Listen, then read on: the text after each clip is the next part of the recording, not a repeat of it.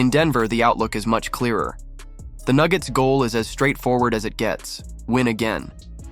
They've extended their championship window and, for the first time in years, finally patched the hole that nearly cost them everything: the bench.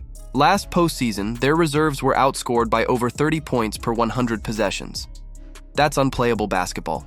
Now, with Jonas Valančiūnas anchoring the second unit, Bruce Brown back in the fold, Tim Hardaway Jr. adding scoring, and Payton Watson developing into a defensive weapon, Denver has balance. For Nikola Jokić, it means relief. No more 37-minute grinds just to survive the regular season. The supporting cast is better, the shooting around him is stronger, and swapping Cam Johnson for Michael Porter Jr. might be the subtle move that puts them back in the driver's seat. The Nuggets aren't chasing validation anymore, they're chasing a dynasty. Dallas, meanwhile, must embrace the unknown. With Kyrie Irving sidelined and no clear timetable for return, a massive opportunity opens for rookie Cooper Flagg. Jason Kidd has already made it clear, Flagg is going to be tested as a point guard. It's a trial by fire, a chance to mold him into something greater than just a versatile forward. It's the same gamble Kidd once made with Giannis, forcing him into uncomfortable ball-handling roles until he became unstoppable.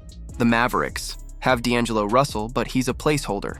Flagg's development is the real prize. He will stumble, he will turn the ball over, he will look lost. But if Dallas commits to the experiment, the long-term payoff could be a superstar who redefines the franchise. Minnesota's challenge is refinement. The Timberwolves are already elite defensively, with Rudy Gobert anchoring the paint and Jaden McDaniels smothering wings.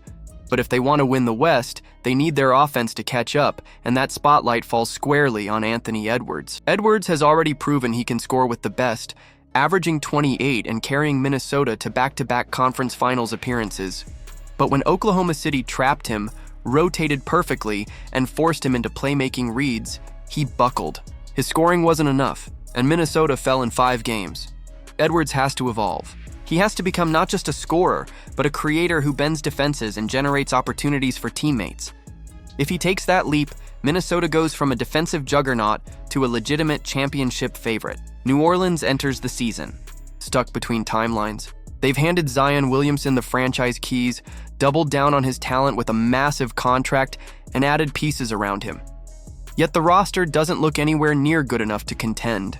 If health falters, again if the chemistry sputters, then this season could force the Pelicans' hand.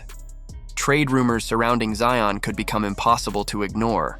They're caught in the middle, not rebuilding, not contending, and that limbo is the most dangerous place to be in the NBA. Then there's Oklahoma City, the reigning champions, and their goal could not be more obvious: go back-to-back. Under the new CBA, keeping a championship roster together is nearly impossible, yet the Thunder managed it.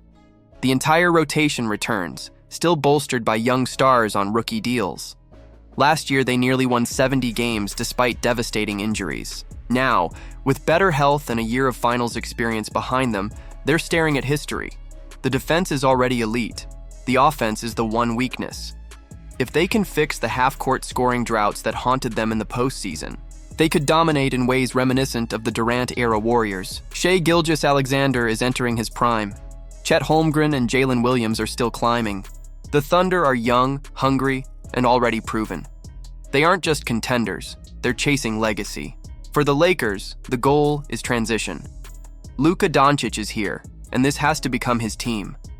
Last season, he arrived out of shape, yet still averaged over 28 points per game with an efficiency few can touch. This offseason, reports say he's transforming his body, preparing for a revenge tour. If Luka enters at peak form, a 30-point triple-double season isn't out of the question. But for Los Angeles, it's about more than stats. It's about building the roster around him, surrounding him with the type of rim runners, lob threats, and defensive wings that once helped him carry Dallas to the finals. The Lakers can't wait for LeBron's retirement. They need to commit to Luka's vision now, or risk wasting the best years of his career. The Clippers' fate, as always, hinges on health. Kawhi Leonard, James Harden, Bradley Beal, Chris Paul, Brook Lopez, all veterans, all with injury baggage. On paper, the skill and experience make them a dangerous playoff team. But the danger is theoretical unless they can stay on the floor. For Los Angeles, the opening weeks of the season are everything. A hot start gives them breathing room to rest stars later. A stumble and they'll be trapped fighting for survival in a conference that punishes weakness. 15 games in, we'll know if the Clippers are contenders or pretenders. Phoenix feels directionless. Last season collapsed into disaster, ending with no playoff berth and the departures of Kevin Durant and Bradley Beal. Worse, they got nothing for Beal, still paying his buyout years into the future. Now Devin Booker is paired with Jalen Green, an intriguing but questionable fit. The Suns have to choose. Are they retooling around Booker or blowing it all up? Right now they're doing neither, stuck in limbo with no clear plan. Another wasted year would be catastrophic. Portland, on the other hand, has quietly embraced a new identity. With Damian Lillard sidelined, they finished last season on a 22-8 run behind a defense that ranked top 5 in the league. Veterans like Drew Holiday are mentoring a young core filled with defensive promise. Tamani Kamara, Donovan Clingan, alongside offensive talents like Han Yang. The Trailblazers don't need to rush. Their goal is to keep developing, keep leaning into that defensive edge, and prepare for Lillard's return with a stronger foundation. Sacramento remains one of the league's most confusing franchises.